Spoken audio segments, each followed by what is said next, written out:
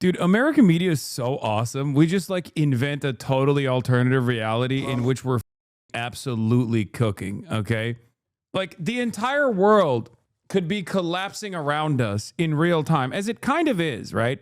Energy markets are on fire, a larger crisis than when Russia invaded Ukraine, and you got dumb on American television being like, we're fucking killing it, dude. Yeah, they better not close the Strait of Hormuz.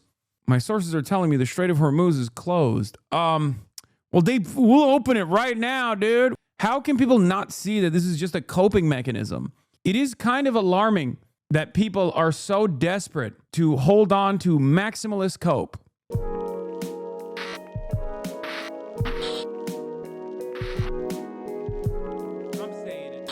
We begin with breaking news. We're staying on top of that breaking news in the war in Iran. There are questions about Iran's potential plans to target the United States and reports about whether California could be a target in our coast.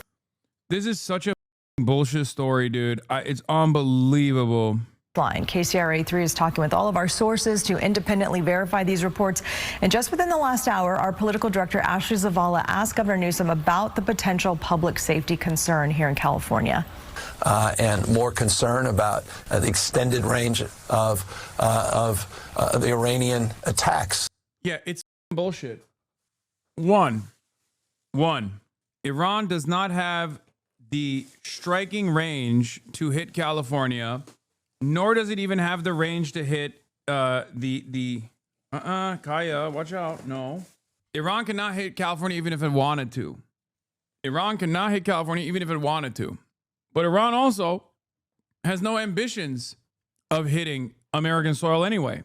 It's complete garbage. The story is complete garbage, unless they're trying to gear up for a false flag or something.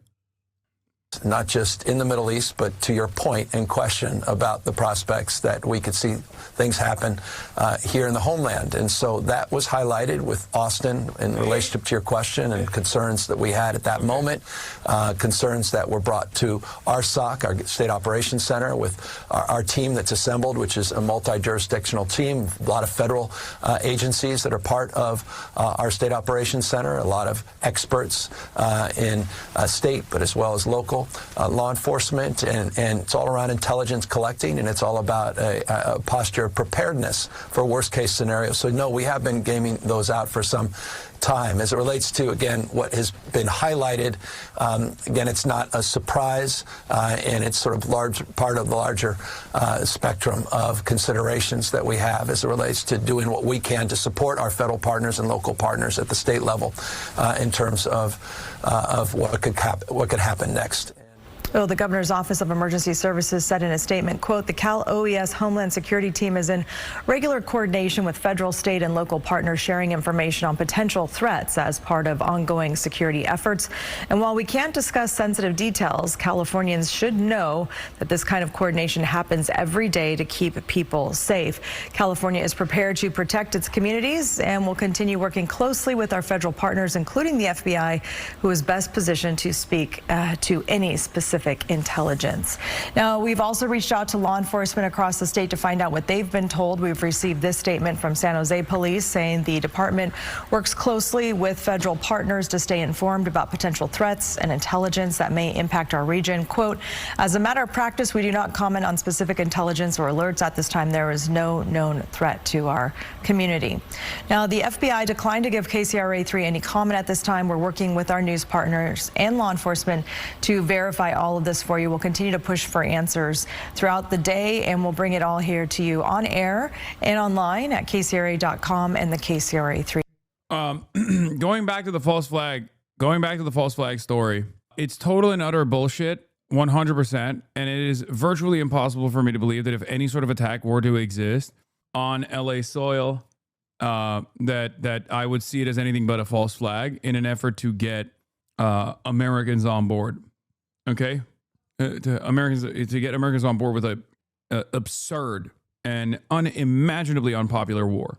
Okay, Iran does not have the capabilities or the interest in striking Los Angeles, California. You don't understand? Iran's attack range is further than you think.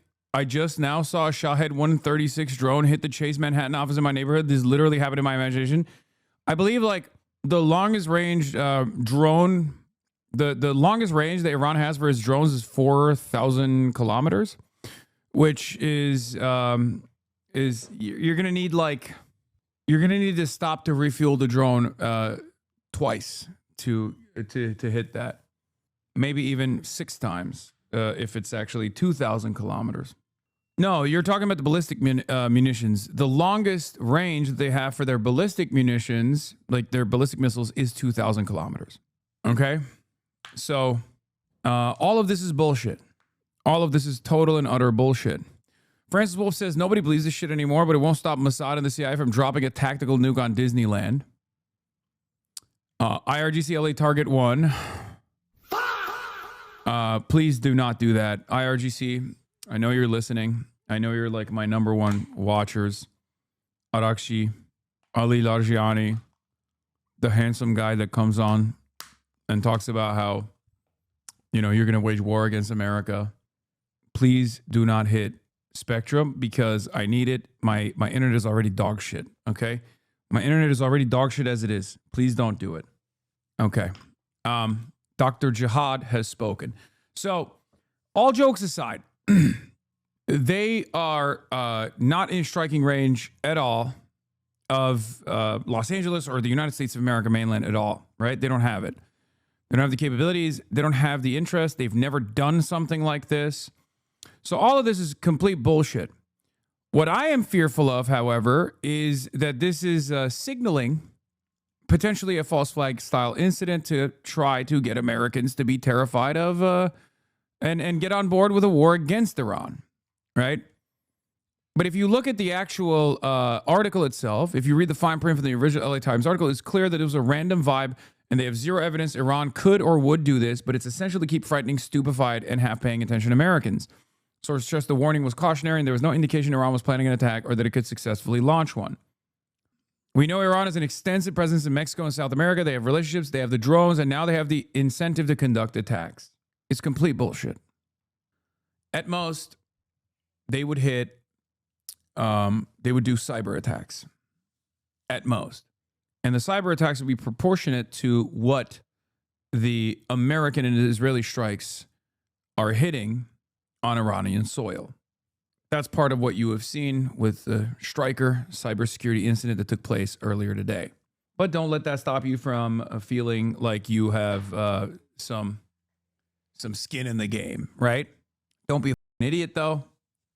There is, and I'm gonna say this over and over again. There's no way to read this as like a sincere threat, and at worst, it is a legitimate threat for a psyop.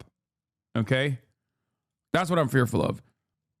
Americans hate this war. It's the lowest polled war in modern history. Absent public support, security state grifters, war lobbyists, and Zionist advocacy groups, the U.S. government is pushing this baseless paranoia to give the public the vague impression evil Iranians are menacing them. Right? That's what this is. We saw something similar after 9/11. 9/11 was already enough of a terrifying security incident for Americans. Americans had not been hit on the domestic home front since Pearl Harbor. But in order to universalize that fear, anthrax attacks took place. Many of it was thwarted. And the anthrax that was used on these anthrax mail attacks actually came from a very suspicious origin. Okay? Very suspicious origin, directly linked back to an FBI-funded lab. This played a major role. I think it was a Pentagon. Is it Fort Detrick, if I'm remembering it correctly? I might be remembering it incorrectly. Correct me if I'm wrong, but it was because you could identify the different strains of anthrax. Some Americans did die in the process. But while some Americans died in the process, many more Americans were terrified. Islamic terror was a universal fear now. It wasn't just New York City and the World Trade Towers that could be under attack. It could be your podunk, backwater, hillbilly town. Okay? Just so you understand. When the U.S. public is surveyed on Middle East wars, they repeatedly give some version of, I don't know why we are bombing people 6,000 miles away. How is this our problem? These vague threats are designed to correct this by bringing the war home, sowing panic, and promoting racism. That is precisely what it is. Then why are these 800 breathless articles? Then why are there 800 breathless articles about these threats? They emphasize there is currently no specific or credible threat tied to the Oscars, but heightened vigilance is necessary. It's a very unpopular war, and they're going to make it more popular. Hopefully they don't do this. But my fear is that although it's a very unpopular war, they're going to try to make it justifiable by bringing the war home. Little do they understand that in this current misinformation and media environment that is objectively chaotic, I don't think they have that motion. I don't think they have the capability. I think many people will look at this and go, that's a psyop. That's a psyop. You killed American citizens and you did it to justify this war that we're waging at the behest of Israel that is deeply unpopular. I'm not buying it. That shit. Okay? I hope that they don't try some nonsense like this. Or even if they tried some nonsense like this, the sheer incompetence of our administrative apparatus ends up being their own demise, ends up leading to their own demise, and they just fail to do it. And they're outed in the process, and people punish them for it. Anyway, when that was happening, I didn't understand how far countries were, and I was scared anthrax every time mail came in. Chile, kid me, dumb as yeah. Anyway, that's Iran's longest range Shahed drones can reach 2,500 kilometers. That barely gets you to Athens, not Los Angeles. Okay? It's complete bullshit. Complete bullshit. The threat report claimed that they would use civilian cargo ships and launch drones from the Pacific Ocean is literally world in conflict. Yeah, it's nutty. FBI Director Kash Patel fired the entire Iran-focused counterintelligence team, CI-12, including agents who investigated Trump's classified documents just days before the U.S. launched strikes on Iran. Hell yeah. So sending drones for some ship or boat near the coast is impossible, you think? Yes. I do think that. Yes, I do. For two reasons. Number one, with what capabilities? What capabilities does Iran have? There's one country in that region that is also a theocracy, a nuclear armed theocracy that has capabilities such as that. Iran is not one of them. I'm talking about Israel. Israel has the capabilities of doing such a thing. Iran does not. You guys are insane. Look at a map of the world, please. Iran intercepted logistical supply chains and embedded their drone launching operations into a carrier that is going across the Pacific Ocean from where, who knows? Like, what regional ally does Iran have to be able to, like, you know, add these drones and the launcher capabilities into these containers without anyone figuring it out in the process? Okay. And they're using that on especially the West Coast, not using those capabilities in the Atlantic, but instead in the Pacific. Like, who do you think they would hit? Do you think they would try to hit Washington, D.C. or New York City? Or do you think they would hit California? It's completely ridiculous. Like, the very fact that I'm even entertaining this capability as though it's like something, as though there's like a real possibility. Ukraine was able to do a similar operation with hidden drones. Ukraine, that is backed to the hilt by every Western nation, was capable of conducting a clandestine operation by sending trucks into Russia. Ukraine and Russia are next to one another. Look at a map. Are you stupid? Ukraine has a land border with Russia. Hello? Are you insane? Now I am reminded of the drone panic that took place in New Jersey. And at the time, they were talking about how these are Iranian drone swarms. Remember? Now we know why. I don't often traffic in the realm of conspiracy theories, but kind of feels strange that they already got a lot of Americans to panic about Iranian drones and Chinese balloons flying overhead.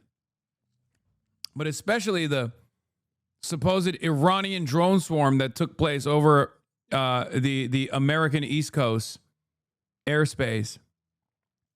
Who cares if Iran is capable? The CIA and Trump will do it themselves with this false flag and blame it on Iran anyways. The average American doesn't know any better. They will automatically believe it and hate on Iran. Come on, it won't take much. I mean, just as people understand, like, immediately cut away at the FBI and the state's narrative on Charlie Kirk's assassination, when there was like plenty of evidence to suggest that Charlie Kirk wasn't assassinated by the state of Israel. I don't think people are gonna be as ready to eat this propaganda if that happened. I hope that it's not even an indication that there will be a false flag and they're just trying to whip up people into a frenzy to create a panic. But even Barry Weiss's CBS News has undermined this reporting. So do with that information what you will. Go. Tell me. Multiple U.S. and state law enforcement and intel officials told CBS News there's no credible intelligence underpinning the bulletin distributed on the unverified possibility that Iran could retaliate for American attacks by launching drones at the West Coast. This is not actionable, a California-based federal law enforcement official told CBS. All this means is we got this information and we want to get it out to law enforcement executives to make sure they're up to speed on it. Another California law enforcement official said there's absolutely nothing more to it. The bulletin to local law enforcement by the FBI's Los Angeles division stemmed from an apparent tip that surfaced prior to the Iranian conflict. It's ridiculous. It's too obvious they had to kill it. Why do they need a false flag for a war that already started? What do you mean? The public is not on board with it. God forbid people start questioning why we're doing it and start protesting, and it becomes, it snowballs into something that's huge. Also, this way you can get popular mobilization for this deeply unpopular war for boots on the ground. We haven't sent troops yet.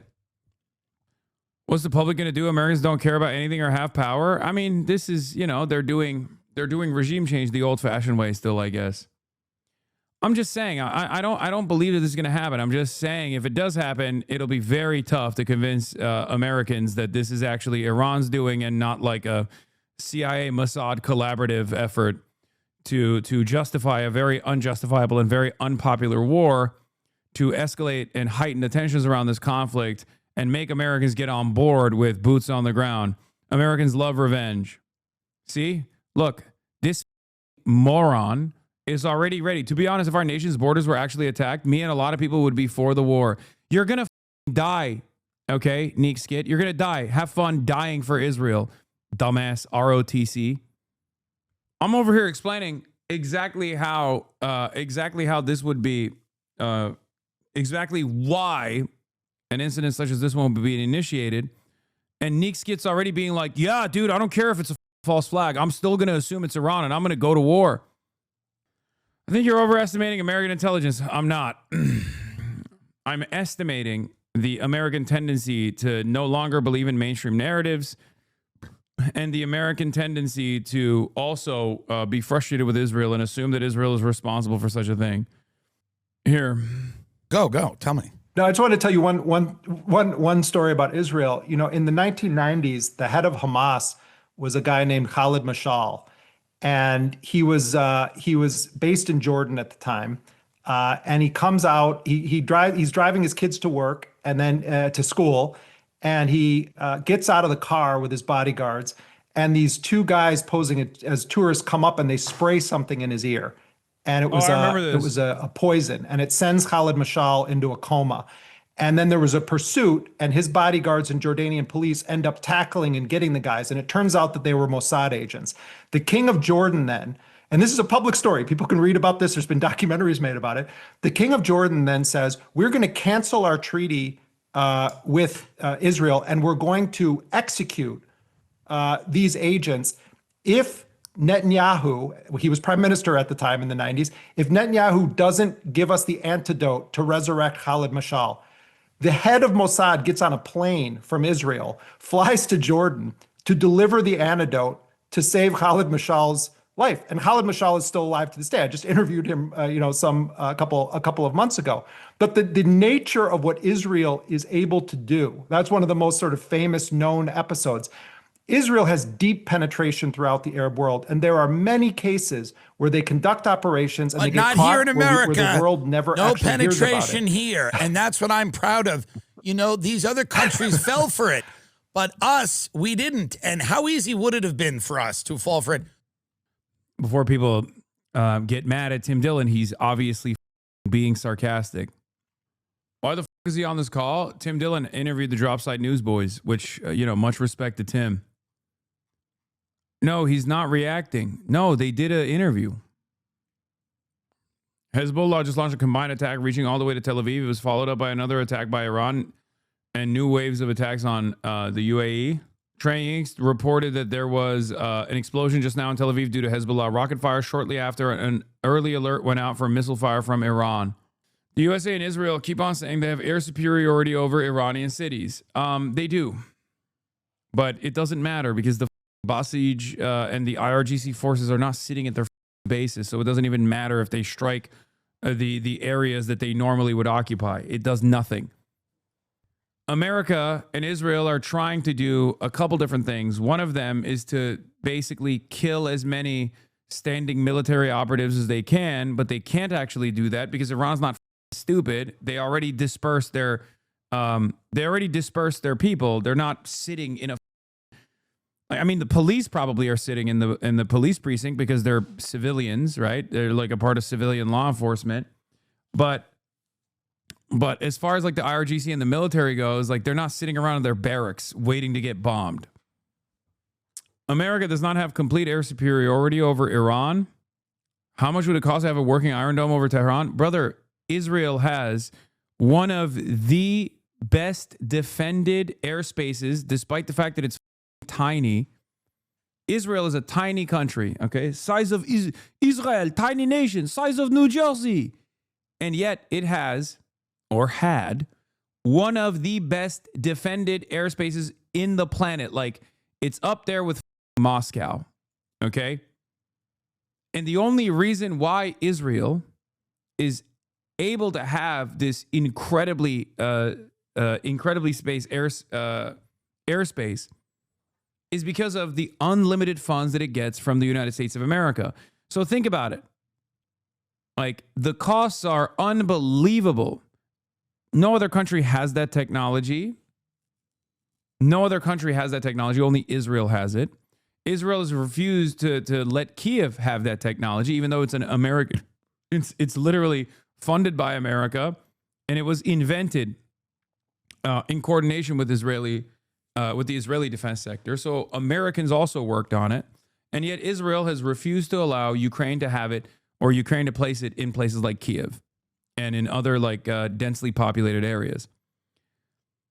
Part of that also is because just having an Iron Dome is not enough. You also have to steadily supply it with Tamir interceptors, for example, right? And those are expensive, and you constantly are running out. America does not have the capability of funneling all the Tamir interceptors to both Israel and and Ukraine at the same time. 90% intercept rate is way worse than the 100% intercept rate of preventing other nations from wanting to bomb you by not colonizing them. Yes, that's true. By the way, New York Post Foreign Policy NatSec says the Iron Dome could not stop about half the 100 rockets Hezbollah just launched at Israel just a few hours ago. So their capabilities are diminishing as well. Anyway, the other side of this is also that in order to protect this like tiny area, the billions, the tens of billions of dollars that go into it is unheard of. And not only are we spending tens of billions of dollars protecting this tiny airspace, but also on top of that, you have radar systems that span all across the region from Oman to Turkey. Okay, early advanced warning systems, SATCOMs, and numerous other anti-missile defense systems that have to be stationed next to those radar facilities. Otherwise, they get blown up in the way that Iran has blown them up. So, like the amount of military force necessary to protect such a tiny sliver of land is unbelievable. And it has taken Iran 11 days to put a dent in it, regardless, with with the missile barrage that they've done over and over again, with the Shahed drone strikes that they've done over and over again. So obviously, it's not replicable by any other country if it's barely holding together with the most expensive and most expansive military apparatus on the planet, unilaterally deciding to only defend this place. Okay? New announcement from President Trump. President Trump has authorized the United States to release 172 million barrels of oil from the Strategic Petroleum Reserve. There it is. Once again, I think like many of the Muslim countries that America has dominated and destroyed have unfortunately been kept down by occupations of different sorts for years and years, and don't have the same don't have the same sovereignty mentality that Iran has. So many people think this is going to be like Iraq. Many people think this is going to be like Afghanistan. They don't understand that Iran is a totally sovereign country, a sovereign nation that had a successful anti-imperialist revolution.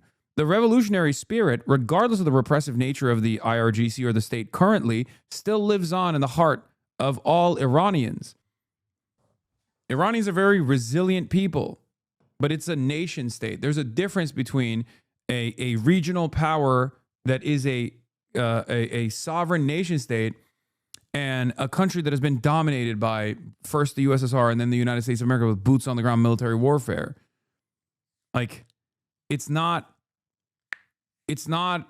you know, it's, if you try to compare it to like Libya, if you try to compare it to Syria, if you try to compare it to Iraq, if you try to compare it to Afghanistan, you're going to be surprised. And it seems maybe many of our generals, or maybe not the generals, but many of the people in charge of this Operation Epic Fail were of that mindset where they thought, oh, these are barbaric Muslims. They will be incredibly easy to dominate. They will drop their weapons and run away. They will not have any contingency plans. We will decapitate their entire leadership. We will kill their high-ranking generals in the IRGC, and they will be confused. They thought it would be like Hezbollah. Now, this isn't to say Hezbollah is not a sophisticated military operation either. They certainly are, as you can see. But Hezbollah is a paramilitary attached to an active party in the Lebanese parliament. Okay? They're not a sovereign state.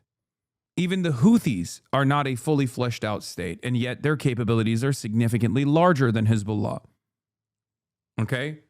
But when you talk about like an actual sovereign nation state, of course their capabilities are going to be infinite in comparison to a paramilitary movement like Hezbollah. The Houthis have more capabilities than Hezbollah. They have more freedom than Hezbollah. Like, for example, the Houthis have loitering anti-aircraft systems, right? Hezbollah doesn't. Hezbollah's anti-air defense is marginal in comparison to what you can send to the Houthis. Hezbollah isn't backed by the Lebanese army. It's not only is it not backed by... Hezbollah has legit ballistic capabilities, and so do the Houthis, but it's much easier to send legitimate ballistic capabilities to the Houthis than it is to Hezbollah. That's the problem. And it's become impossible to do so now that the land bridge between Iran and Lebanon has been disconnected. Syria no longer is a territory that you can use in your supply chain. It's become impossible for Hezbollah to continue getting more weapons from Iran. Because Yemen has a weaker government than Lebanon, right? No, Yemen's government is Ansar Allah. I'm saying that Ansar Allah has... The Houthis are the government, but they are a weaker government in comparison to the IRGC, in comparison to the Islamic Republic that is a strong government. It's a sovereign state. The Houthis are barely a state at this point. They are the victors of a civil war that took place with numerous other foreign actors involved in it. They aren't solidified in their power yet? No, I think they have solidified plenty of power at this point. It's just that, I mean, their capabilities are limited because they're a new government. And even with their limitations, they were able to defeat America twice. So, you know. Ansar Allah is a force to be reckoned with, really. Held together by sheer will, okay? That's it. And like, the Houthis don't control all of Yemen. They only control North Yemen. South Yemen is totally different leadership. Yes. Oh my God. New U.S. intelligence assesses that Iran's leadership remains largely intact and the regime is not at risk of collapse after nearly 2 weeks of U.S. and Israeli bombardment, according to 3 sources familiar with the assessments. No way. I'll take it one step further. There was a Financial Times report on this as well that showed, there was a Financial Times report on this that showed that, guess what? A lot of the people were duped. A lot of the people in Iran that were primed and tuned into Israeli and numerous Gulf state media that was trying to do psyop after psyop to gear them up for Israel saving them were duped. It turns out there are a lot of people in Iran who legitimately hate the regime that thought that Israel and America would actually come to save them.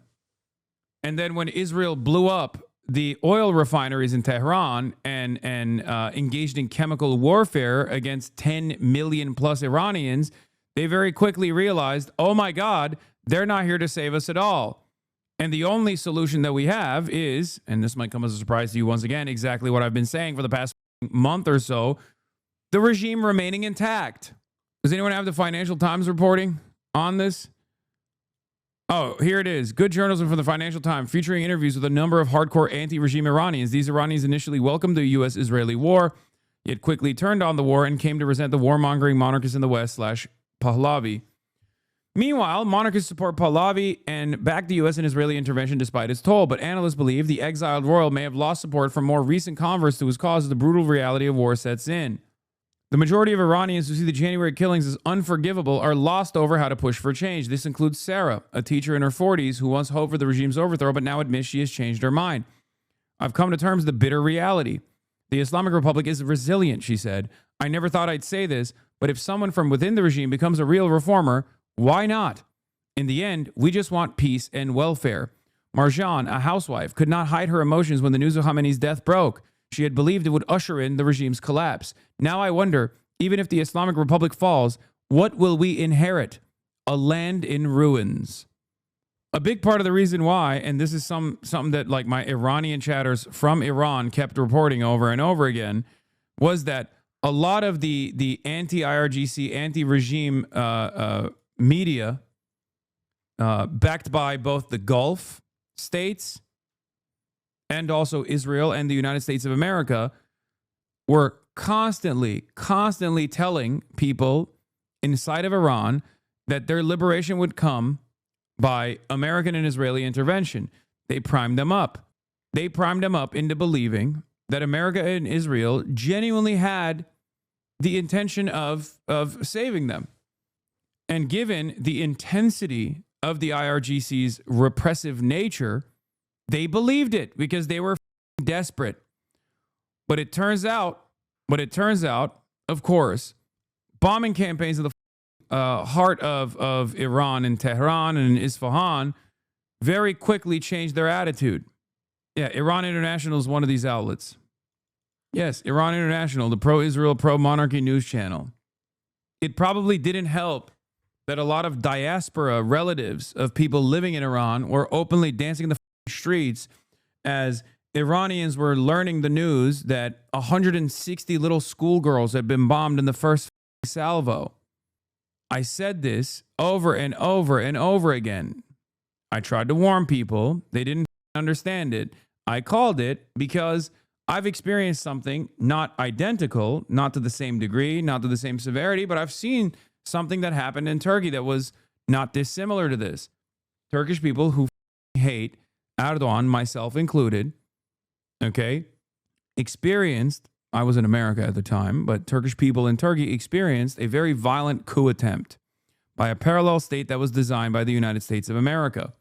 And in the aftermath of that failed coup, Turks actually hardened their support for Erdogan. It gave a lifeline to his dying movement.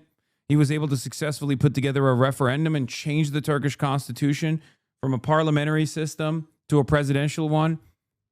He was able to basically destroy the independence of the military piece by piece. He did that because he had real momentum behind him after the coup, the very bloody, very deadly coup backfired.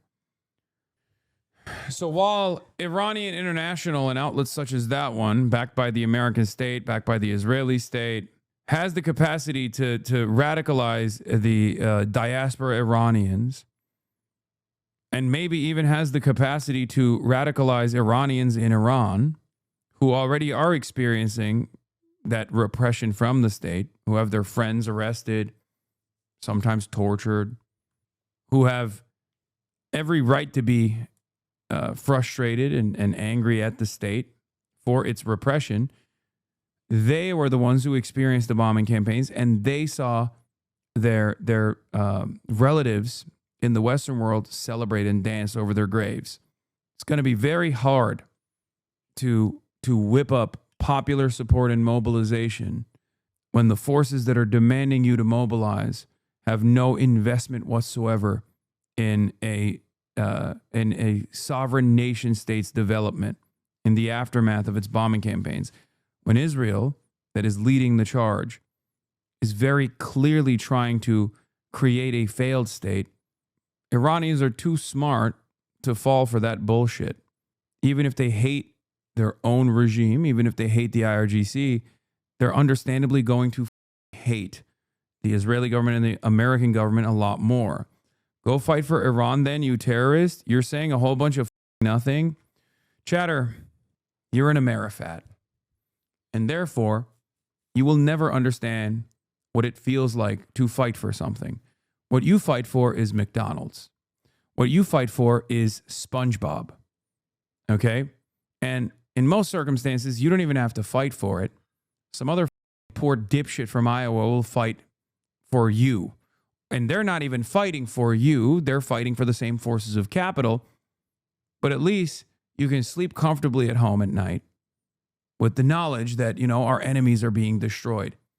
They can steal all your money and reappropriate all of your productive output back into this endless militarism so that the military-industrial complex can turn profit year over year. Okay? Don't worry. Your jalapeno poppers are safe. I know it's very difficult for you to comprehend what I'm talking about because you've never experienced an alien superpower seeking out the destruction of everything that you hold near and dear. And therefore, you will never understand it. Okay? Plus, you have nothing that you have nothing you hold dear for yourself anyway. Like I said, that's why you got SpongeBob and Spider-Man. SpongeBob abi yapma. Sünger Bob kare pantolon abi. Now, the brilliance of the Trump plan to have strategic control of key waterways, this cannot be understated. And the press doesn't seem to get this, so let me help them tonight. I'm talking... Is the same calculation for me as an Egyptian.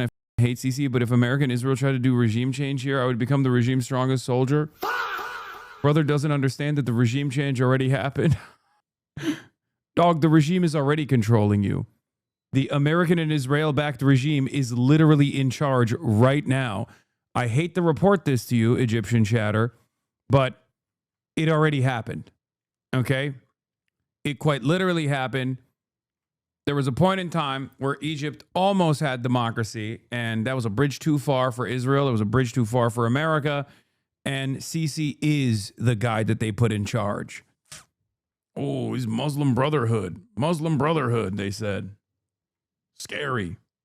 I know, man, but it can always get worse, right? I mean, I don't know if it can get worse than Sisi. I'm going to be honest. There's a reason why it's not happening, right? The Strait of Malacca in Indonesia, the Panama Canal, remember China wanted it, and now preventing Iran from choking off the Strait of Hormuz with an eventual nuclear threat. Also, no, dipshit, it can get worse. Yeah, what the f*** I'm Egyptian you talking about? Bro, what in the fuck? No, dipshit, it can't get worse than this, you dumbass. I mean, you're already in it. There's a reason why you're not being destabilized actively and being bombed actively. It's because you already have a pliant regime that is totally servile to the needs of Israel and America. Egypt executed its first democratically elected leader, and he, Mohamed Morsi, was a professor of civil engineering at Cal State Northridge. That's another thing that I find really funny is that like the Iranian government, like when you look at Pete Hegseth and you look at Donald Trump, and then you compare them to like who runs the Iranian government. And it's so funny because like Ali Larijani is like a Kantian philosopher. Okay. These are people that like came to the United States of America, came to the West, and didn't just like get their PhDs here, but they also taught in American and like Western universities. So it's pretty funny when you hear someone like Arakshi communicate the desires of the state in Western media, and everyone's like, wow, he's so handsome. It's like, he's so smart. What the It's like, yeah, he is. Bro, look at Arakshi's dissertation topic. It's insane. I know. It's political Islam, right? CC, yes. CC, yes. Morsi, no. Morsi, no. Shut up your moose, Obama. It feels bad, man. I mean, look, eventually something will break in Egypt. There's no shot, right? Egypt will have a revolution once again. There is no doubt in my mind. The state is far too corrupt and far too incompetent for the population not to rise up. It's coming. I just don't know exactly when. Maybe Egyptians will say no, but 100%. There is no way that they can keep control in the country, especially with the dire economic conditions that Egyptians are facing. I don't think it's, I think it's eventually going to come. Bro, they literally took over like a police precinct because they were mad that, people were not allowing safe passage over the Rafah border. Like the Egyptian government and the Egyptian military was refusing to allow entry through the Rafah border. So people got so frustrated that they militarily took over a police precinct. Stuff like this doesn't happen in a country that is stable, okay? My guess is a popular uprising ending in a palace coup. Yeah, 100%. There will be inevitably a popular uprising in the state of Egypt. Israel will do everything in its power to stop it, but obviously they're not dedicated enough to like offer Egypt any sort of economic improvements. So Egypt is prime for revolution. The other place is Jordan. Mark my words. And it turns out Bahrain too, which ironically enough is now getting help from Jordanian forces that work to squash any sort of anti-government protests or pro-Palestinian protests in Jordan. This is what the chatter was talking about. ورسالة بقى لأوباما. Listen, your Obama. We are Egyptian women. You are, listen, Obama. Shut up your mouth, Obama. Shut up your mouth, Obama. CC yes, CC yes. Morsi no, Morsi no.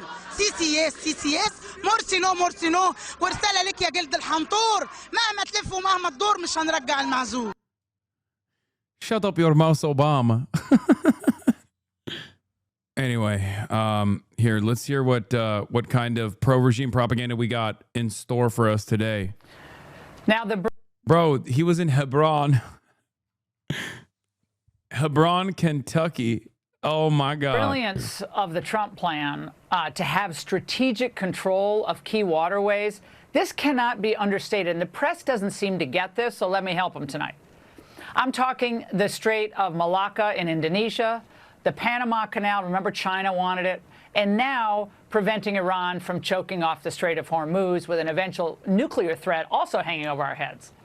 So if bad actors manage to take control in any of those key oil routes, it would be a living nightmare. That wouldn't end, frankly. So it looks like Donald Trump, his team, the U.S. military, and the American taxpayer may have saved the world with Operation Epic Fury. Why do we think China has been scrambling to fill its own oil reserves, by the way? Obviously, President Xi knew Iran would eventually try to take the Strait of Hormuz. Dude, American media is so awesome. We just like invent a totally alternative reality in which we're absolutely cooking, okay? Like the entire world could be collapsing around us in real time, as it kind of is, right? American military might and American military capabilities have diminished drastically. America's force projection capabilities have been destroyed by a country that we have economically destroyed for decades now. Okay? Energy markets are on fire, a larger crisis than when Russia invaded Ukraine. And you got dumb fucks on American television being like, we're killing it, dude. Have you guys seen the epic clip compilations of blowing up Iranian jet skis, dude? Yeah, they better not close the Strait of Hormuz. My sources are telling me the Strait of Hormuz is closed. Well, we'll open it right now, dude. We'll open it right now. We'll pry it. We'll destroy it, dude. We'll kill them. We got so much hype and aura moments. It's like, how can people not see that this is just a coping mechanism? It is kind of alarming that people are so desperate to hold on to maximalist cope. People are so goddamn desperate that they might as well be doing this. This is a joke, obviously. Worst case scenario, we can just make a new strait. Shouldn't take long once we unleash the productivity boosting powers of AI. Maybe a day or two at most. But is crazy, dude. I mean, this is what it looks like. Look, I said this earlier. Israel wanted to get away with conquering the region with no pushback, so it chose to pursue its lifelong goal of destroying the one sovereign country that isn't under the U.S. security banner. And now the global energy markets are on fire. When will we say enough is enough? Like, look at this. These are the images coming out of the Strait of Hormuz right now. Okay? This is what it looks like. Ships are on fire. Nobody's passing. And America has no plan to open the Strait of Hormuz. They have no control over this at all. Trump dances on stage. Update. 2 oil tankers on fire after being attacked in the Persian Gulf off of Iraq, according to Reuters. It's unclear who carried out the attack. This is a perfect response. Like, this is a perfect image that showcases like America's lack of interest in like all of the destabilization that we commit all around the world, you know? Trump, I'm talking about his blockade. So he's reaching into the strategic reserve. So he's doing what I called for 3 days ago, but it's a little late. Sure. Oh, Chuck Schumer. Fantastic, many sir. more problems now he's created many more problems than the Strategic Petroleum Reserve will solve, from the blockade of the Gulf of Hormuz to his reckless and unthought out war, and Americans are paying the price. Schmuck Schumer. American military is evacuating Iraqi bases. Oh my God. Oh my God.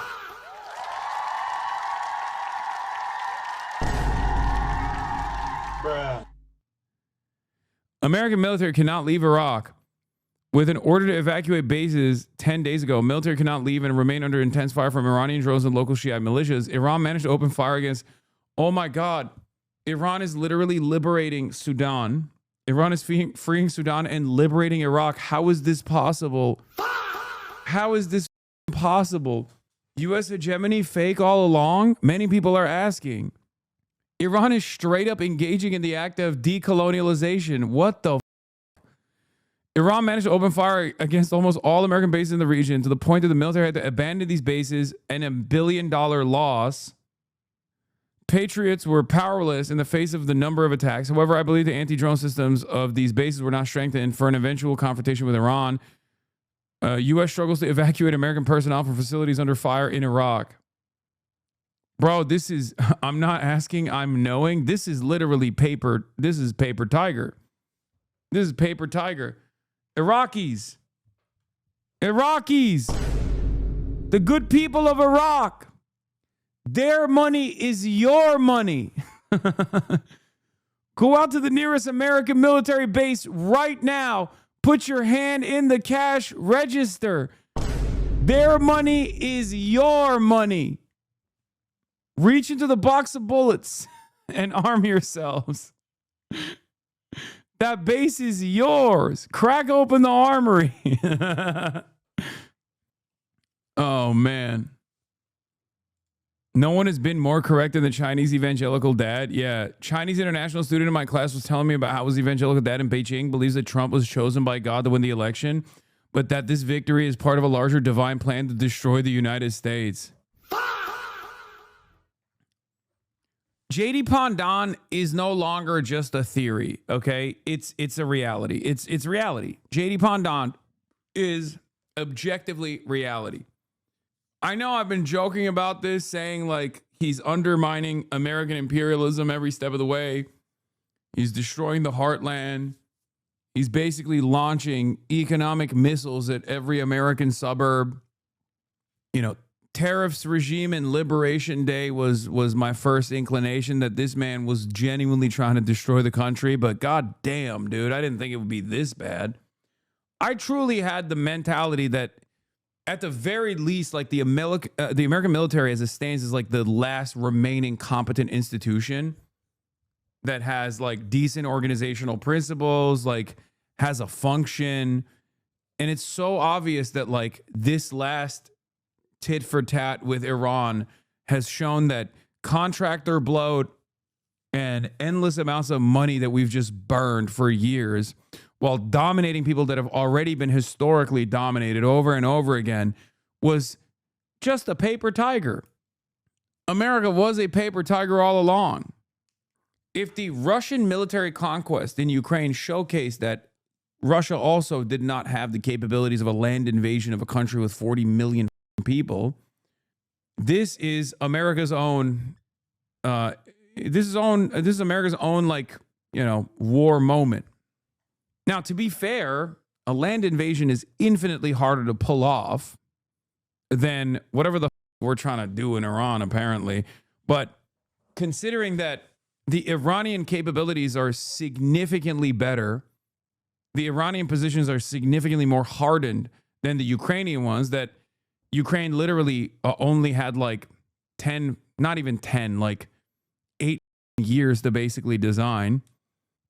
Because it's not like Ukraine had like a very competent standing military force in, you know, before like 2014. They've had a very limited amount of time to like design their forces and to beef up their defenses, but they did a fairly solid job against Russia with a shit ton of American and Western military support. But they did. They were able to push back the Russian military occupation from Kyiv. America, on the other hand, is having an even harder time with Iran in a much shorter period of time, with no allies whatsoever, if we're being real.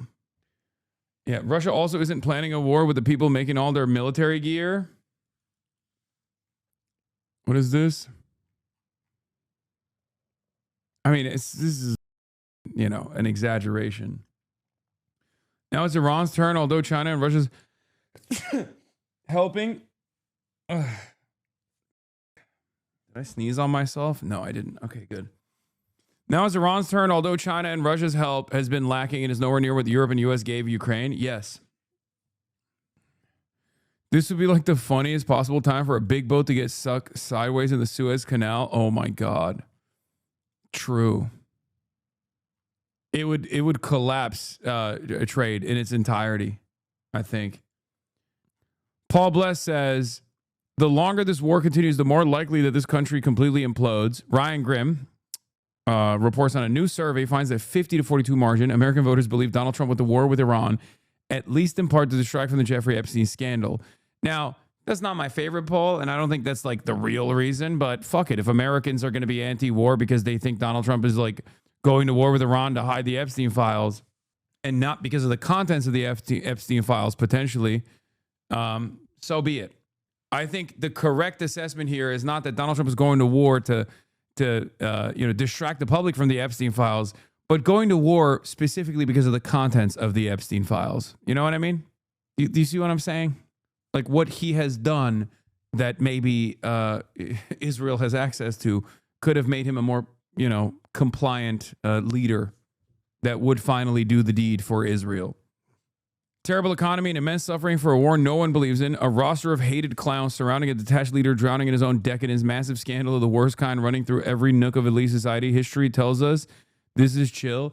It is chill. As long as Americans have their jalapeno poppers, it's chill. The moment that they don't have access to their jalapeno poppers is an entirely different conversation. America will, I mean, I think a lot of those people will finally understand what I mean when I say, like, there are a lot of ISIS-style groups in this country. They just don't do ISIS-style shit because American material conditions are far more advanced and far better than the conditions in a destroyed Iraq. You will potentially find out what American ISIS, Al-Qaeda, has to say and do, right? When the jalapeno poppers are no longer flowing, you will see what those radicalized Americans with an arsenal of gear and what capabilities they have in shit up. We're not there yet, though. The conditions are not bad enough. Contradictions are worsening, but the conditions are nowhere near bad enough. I promise you. In some ways, if you can still go to McDonald's and eat a Big Mac, or there's a new, burger that they're releasing or whatever, like, that means that shit hasn't gotten to that degree yet. Shit hasn't gotten there yet. Enough people aren't mad enough yet. It's not there yet. Could get there, though. If they try to hit us back, have you been briefed about how many Iran sleeper cells there could be inside the U.S. right now? I have been, and a lot of people came in through Biden with this stupid open border. But we know where most of them are. We've got our eye on all of them, I think. Is it dozens? They came in through the open border policies of Sleepy Joe Biden, one of the worst president in the history of our country. And we've got our eyes on all of them. But the war itself is being prosecuted at a level that nobody's seen before. It's pretty amazing to watch. Years anyway. Yeah, pretty amazing to watch is right. It's amazing. I love watching it. Trump on Newsom had a statement. We'll look at that in a second. Spain permanently withdrew its ambassador to Israel on Tuesday's diplomatic standoff worsened. We covered that already. RGC Navy Commander Alireza Tangshiri says, we guarantee any security of any oil tanker under any flag that can convince an American destroyer to escort it through the Strait of Hormuz. That's not real. There's no way that that's a real statement that they made. Yeah. This guy's my new favorite Twitter poster. He's Jordanian. All his tweets are bangers. A literal war going on, yet my country's more concerned about Doki Doki Literature Club. Public Security Directorate warns against electronic game Doki Doki Literature Club and similar games to it. We call on parents to monitor and follow up on the games and content that children... Oh my God, are you kidding me? By the way, JJK is so fire. I love this new season. I love the direction that they took. That's totally separate from everything else, obviously, but... Jujutsu Kaisen, the latest season of Jujutsu Kaisen is peak, dude. Straight up. I love his backstory as well. Awesome. I rewatched it. I rewatched Jujutsu Kaisen, and it's good. It's good. I'm glad I rewatched it. It's so good. His domain is cool. His backstory is really cool. Hey, did Ben-Gvir died or no? I don't think so, chatter. I don't think he died. Hate to report this, but he's probably alive. Oh, report. Iran has offered post-war concessions to Kurdish parties in an effort to keep them out of the widening U.S.-Israel war, but Kurdish leaders have not responded, the Amargi reports. The report says that Iranian Kurdish groups have been in contact with the U.S. officials about possible cooperation.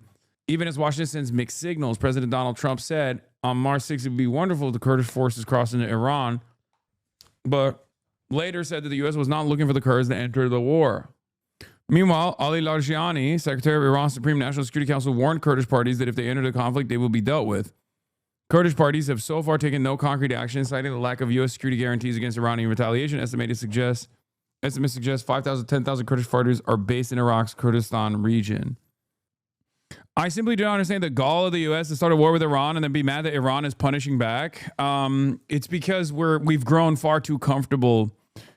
We've grown far too comfortable with our power, and for that reason, we literally think it's illegal to fight back. Like, we don't understand it. We're like, what are you talking about? Like, we're the world police. Like, you're not.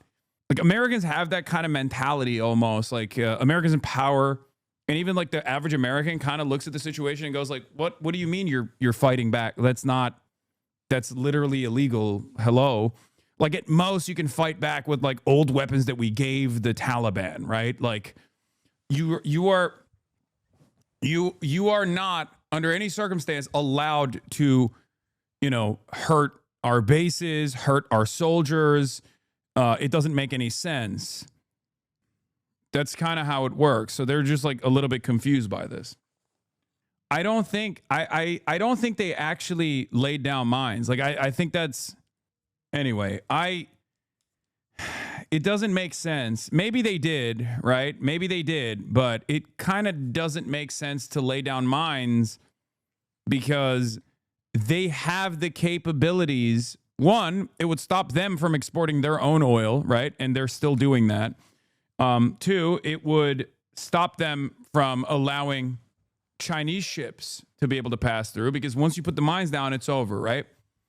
And last but not least, and this is perhaps the most important, and they're kind of saying this out loud, they don't need to mine the Strait of Hormuz to stop ships from moving through the Strait of Hormuz. As we've seen from the Thai ship that tried to pass through, they can just blow it up. Even if you were to escort with the Iranian Navy, which is like incredibly limited, right? Even if you were to escort the Iranian oil tankers or the Chinese oil tankers with the Iranian Navy through where the mines are, then you're just revealing where the mines are. It just doesn't make any sense. It's not, it's the opportunity cost doesn't make sense at all. It is infinitely cheaper to control the Strait of Hormuz by saying we're going to blow your shit up. And if a oil tanker is crazy enough to try to go through that, and they'll get blown up, just like it happened today. Does that make sense? It's ineffective and inefficient. It's a last option. It is a last resort option that I suspect Iran would not utilize until until they're completely out of other options. Especially because that would make it so that it's too dangerous for Chinese carriers to cross, and they're not going to do that. What's the American reason for pushing the mines narrative? I think they wanted to get a W, like as though they are like reaching a military objective, because it's very clear that they're not successfully reaching their military objectives in Iran. So they created a strawman military objective and then act like they and are now behaving like they actually destroyed a tactical position from the enemy. That's it. Instill confidence in allied nations that are stupid enough to maybe like push an oil tanker through. I mean, that's it. They removed all the mines. Yeah, they're making it seem, first of all, right now as it stands, if there were mines that were being put down, I don't even know if America has any naval assets in the region that can sweep for mines. They might. I'm unfamiliar. But as far as I understand, we have like 5 decommissioned naval assets that only recently were brought back, and we're trying to utilize them. It also takes a very long time. It takes a very long time to do a mine sweep operation, and you can't do it while you're potentially under fire by Iranian rocket strikes and Iranian drone strikes. You just can't go in there and look for mines at all right now. So it's not going to happen. You are not going to be able to engage in mine sweeping in the Strait of Hormuz while you're under constant fire from the enemy. Reuters is now claiming that Iran has laid about 12 mines, like a dozen mines in the Strait of Hormuz, but I don't know if this is real or not. Maybe they're real. Maybe it's real. I trust Reuters is reporting a little bit more than CBS, but even then, I think it's doubtful.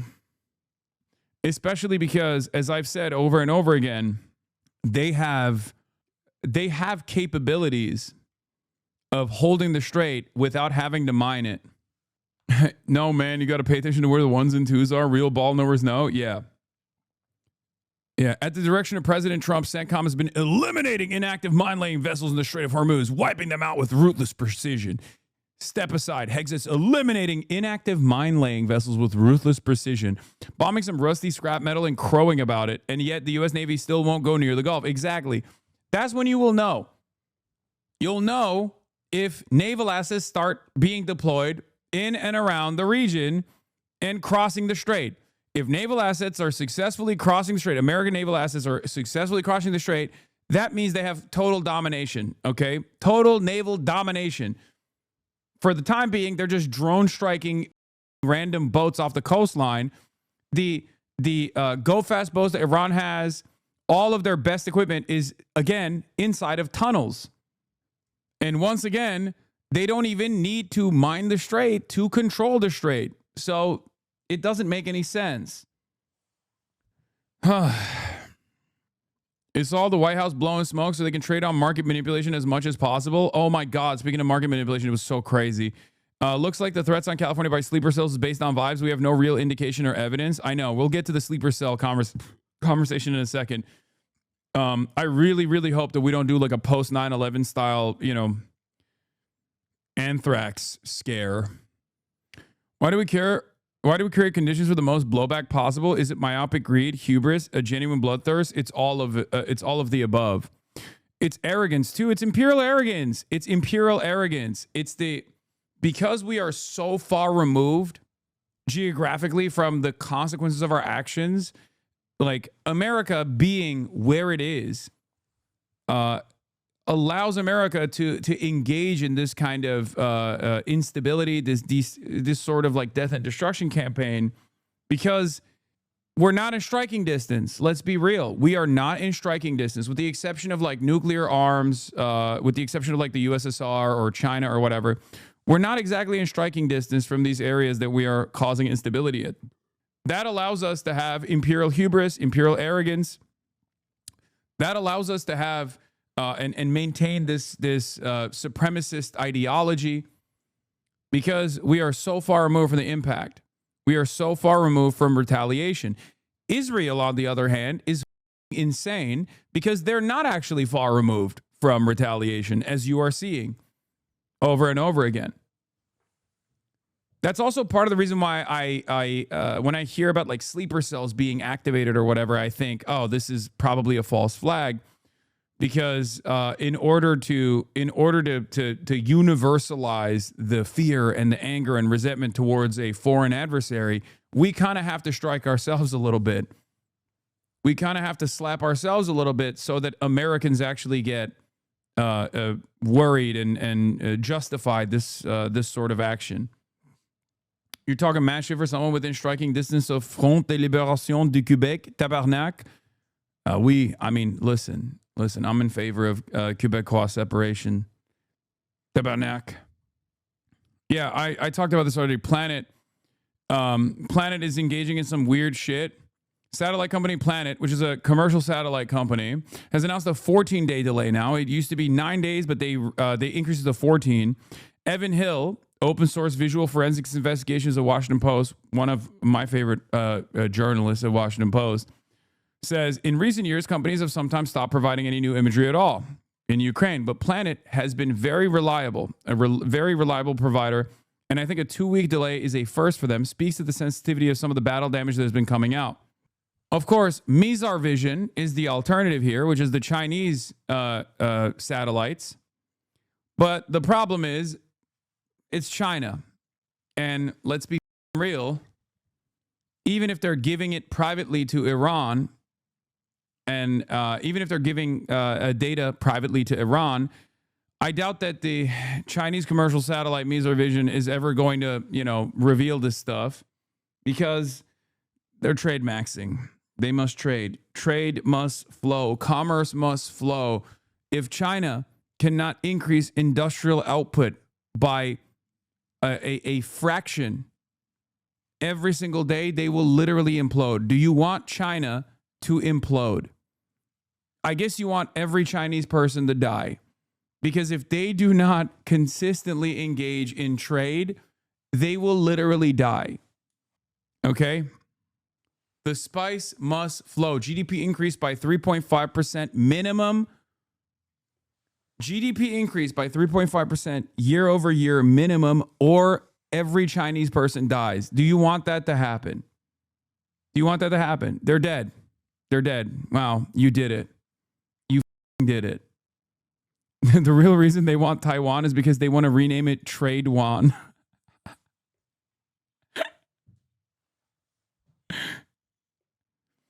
Mizar is how we have gotten 98% of all the images of the U.S. bases, U.S. base damage so far. Interesting. How much of the Israeli damage have you been able to receive from Mizar Vision? Especially considering that a big point of contention right now is how successful the Iranian strikes have been on Israel, and specifically Israeli military targets. Are they revealing that information at all, or is Israel an incredibly important trade partner to China? How curious that China, as a foreign nation state, very powerful one, is still abiding by the Israeli government's wishes of having instituted a complete blackout over Israeli military installations and over Tel Aviv as well. Ukraine war was basically live streamed at the start. I don't know if they abide by Ukraine. I suspect they probably do, but it's just something to consider. It's just China will do certain things, will push and pull, and China is a very helpful ally for a lot of countries that are developing. Let's be real, a very reliable trade partner. But as it stands, when push comes to shove and you're getting bombed into oblivion, if you're seeking help from China, maybe you're not going to get it. Yet you expect countries with literally no power to spear the resistance? Wait, what? Countries with no power? Guys, this is the same like anti-union bargaining method that everyday laborers commit to, okay? This is a mistake. My argument is united countries are strong. If middle powers united against, American military ambitions instead of going along with it all the time, they do actually have the power. They could lean technically into China. This is the issue. People are unfortunately too afraid. They're always scared. They're always running scared. That's why I give a lot of praise to Spain for removing its ambassador to Israel and its embassy in Tel Aviv, and is leading the charge in the European Union against Israel right now in a very significant way. Spain and Ireland are two countries in the European Union that have been pretty solid on this. Someone has to exhibit the bravery necessary to start changing global affairs in a way that is productive. There is a reason why America is terrified of these sorts of initiatives, okay? Because America also understands that these countries are strong when united. That's why it's been incredibly disappointing seeing Mark Carney deliver that speech about middle powers and then turning around and committing to American imperialism every step of the way, whether it be in Venezuela, which was before the Davos speech, or certainly after, right? He had a little bit of smoke. He had a little bit of smoke for Greenland, but he's done nothing to push back on Cuba, which he has all the power to do so, and he refuses to do so. Where is it? I mean, there was a statement that came out that I thought was really ridiculous. Here's Mark Carney. Just spoke with President Emmanuel Macron about the situation in the Middle East. We condemn the Iran strikes against civilians and civilian infrastructure and underscore the importance of opening secure access through the Strait of Hormuz. Canada supports efforts to safeguard international shipping and ensure freedom of navigation. They're like NPCs. They're like NPCs. It's crazy, bro. Literally, just like, oh, dude, you know who the real bad guys are in this situation? Iran. Come on, man. Come on. Great middle power allegiance in charting a new path forward that shakes the foundations of American imperialism. Are you kidding me? Really? Blaming Iran? Who struck Iran first? Who engaged in an illegal war? It was America and Israel. Jesus Christ, dude. What a puppet. No, do not. That's cope. To say he has to walk a tightrope is cope. If Spain can say it, Canada can absolutely say it. You're out of your mind. That's why I place a lot of emphasis on actual middle powers finally coming out and saying, enough, we're done with this. Come on, dude. Come on. That's also part of the reason why I obviously criticize China as well.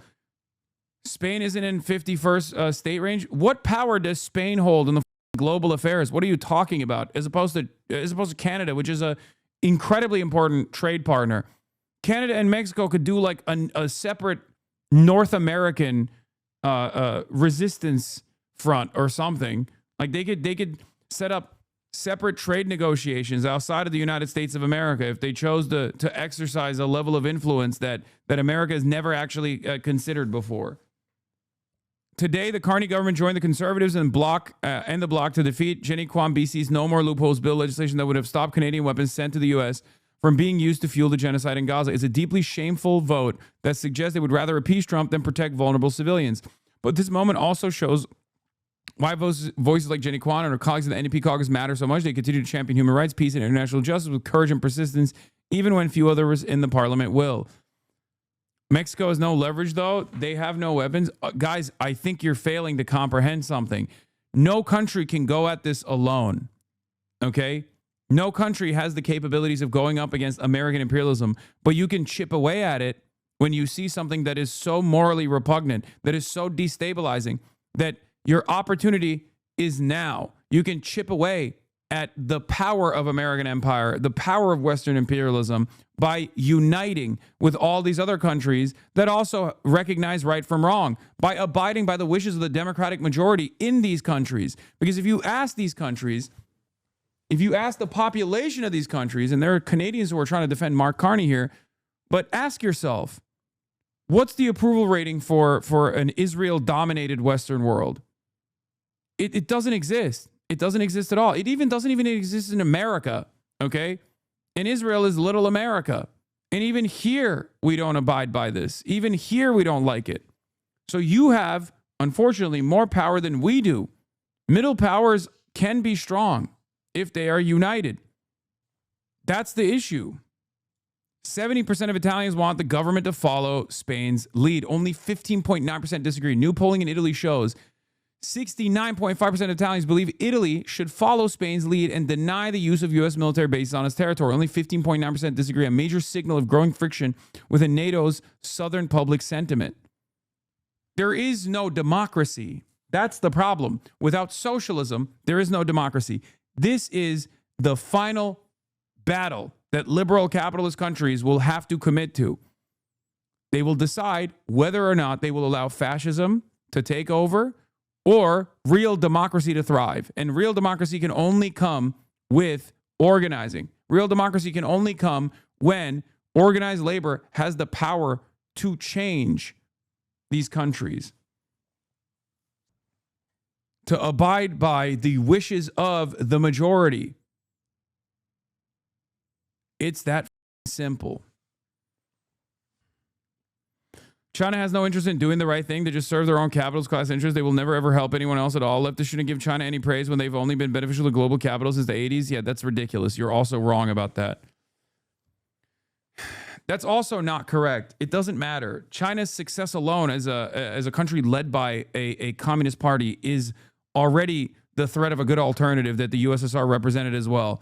And China has been very beneficial for developing nations. You're wrong.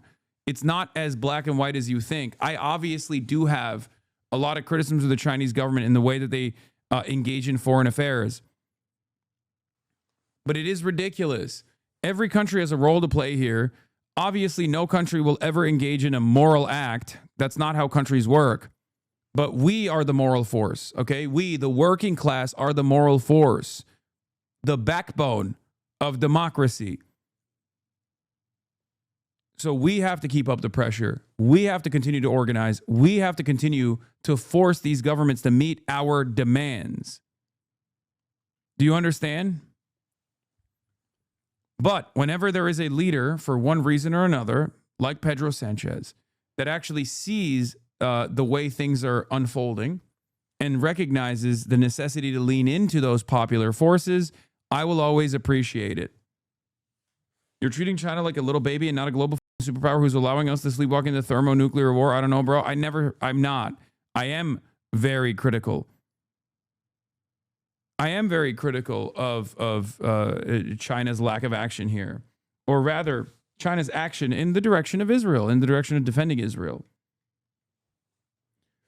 Western leftists are so annoying, completely useless, jerking themselves off all day and then blame China for their own inadequacies. Jesus Christ. I mean, let's be real. Who has more power in the global stage?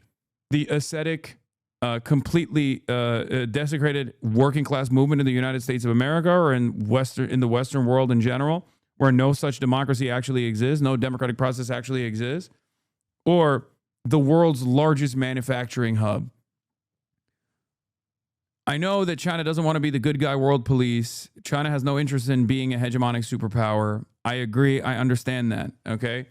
That's their method. That's their mechanism for survival. It's fine. It is what it is. But the dam will inevitably break. It's more so about who leans in to their public's demands. That's why regardless of what people say, it's important. It's important for Spain to take this initiative, to be the first in European countries alongside Ireland to actually do something about it, to move the conversation in the direction of sanctions and boycotts and divestment. Okay? Because that will give confidence to other working class movements in other European countries to also demand the same from their governments. And then their governments will have a choice. Do we lean into democracy? Do we try to defend the notion of theoretical democracy and Western liberal capitalism? Or do we completely give way to fascism? China will also come. Everyone plays a role in this. Major powers play a role in this. Minor powers play a role in this. But most importantly, the working class plays the most important role in this. But yeah, the idea that they would like set up a G7 protection, the G7 nations would like send their naval assets to protect oil tankers to allow safe passage over the strait under unlimited maximum firepower from the IRGC's Shahhed drones and ballistic munitions is idiotic. I don't think they'll do that. That would be insane. Hasan Reactions, one of the best ones in the React channel.